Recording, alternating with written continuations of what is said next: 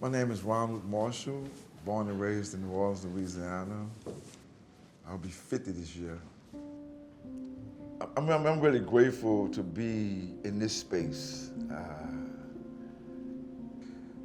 Entering the system, I just saw so many young men who needed help, who needed support.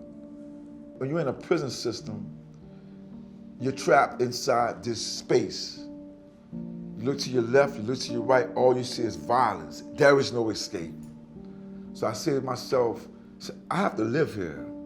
In order for me to be safe in this space, I gotta do something about it. So I begin to educate myself in all the things trauma related. So I go into the prison system and I teach how to alleviate the body of the trauma, of the stress.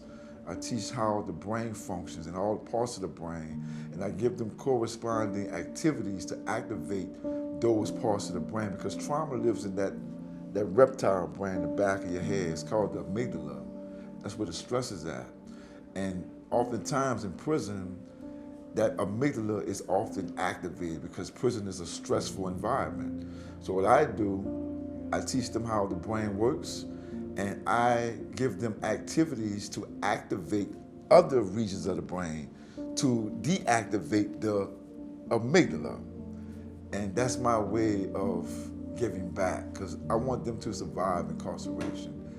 If I could just give them a tool to survive their incarceration, then I'm helping them. I'm actually saving generations of men, generations of unborn children, because I do have hope, I have faith that those men will one day be released from prison to live a good life.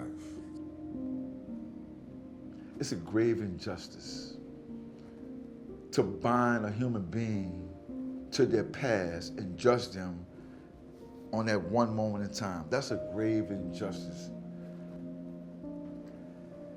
The past can't be changed.